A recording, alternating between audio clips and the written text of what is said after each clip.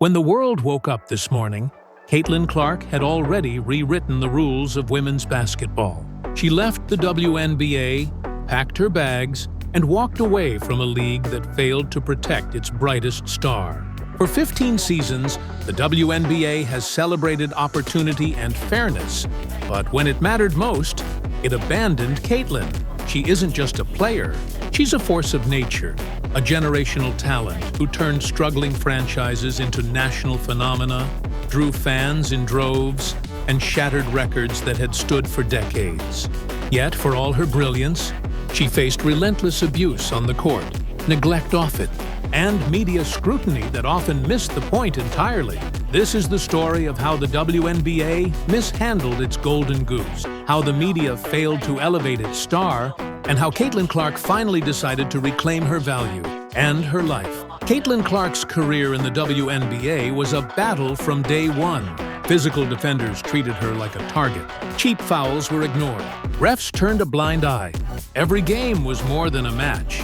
It was a test of pain, endurance, and mental strength. Clark herself admitted the frustration.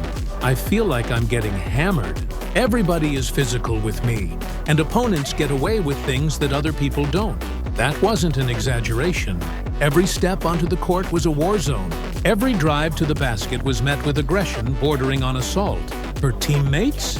Often overwhelmed, often lost. Against the Connecticut Sun, Clark dropped 29 points, recorded 10 assists, and grabbed 7 rebounds. Miscommunications, missed shots, and questionable play calls plagued her team. Yet Clark remained composed, scoring in clutch moments, creating opportunities, and carrying a team that often looked disorganized. Fans noticed. They watched in awe as she turned her physical challenges into highlights, her skill into spectacle.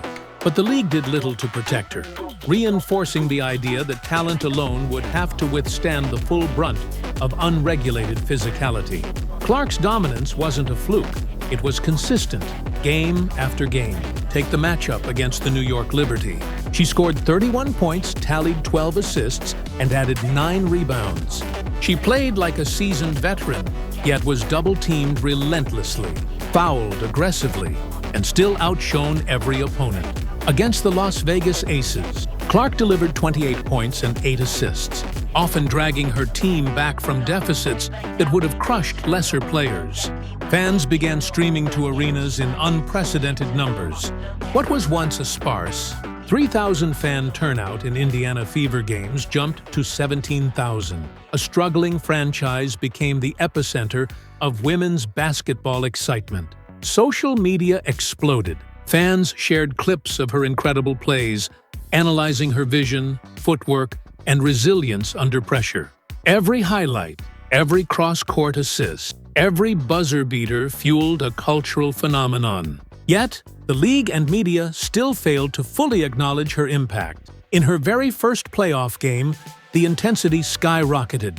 She faced some of the league's most physical defenders, endured fouls that would have stopped a man's momentum, and still delivered. Her points piled up. Her assists reshaped plays in real time. And despite the chaos surrounding her, she remained untouchable in spirit. ESPN, the supposed authority on sports, consistently failed to recognize Clark's influence. For months, even seasons, they offered lukewarm coverage while she shattered records, broke attendance milestones, and made every game a national event. When Clark's jersey sales skyrocketed past those of Hall of Famers like Diana Taurasi and Sue Bird, coverage remained tepid. Even her record-breaking games, 31 points here, 29 there, triple-doubles, clutch shots, were reported with the same detachment as a mid-tier player's stats. The league and media had a superstar in their hands, and they treated her like a side story.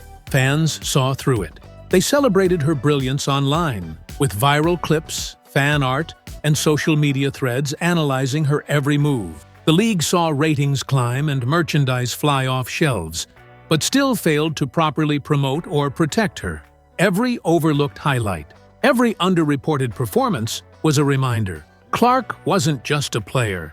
She was the league's lifeblood, and they didn't even realize it. Imagine being expected to carry an entire league on your back, while facing physical abuse from opponents, neglect from officials, and minimal support from teammates.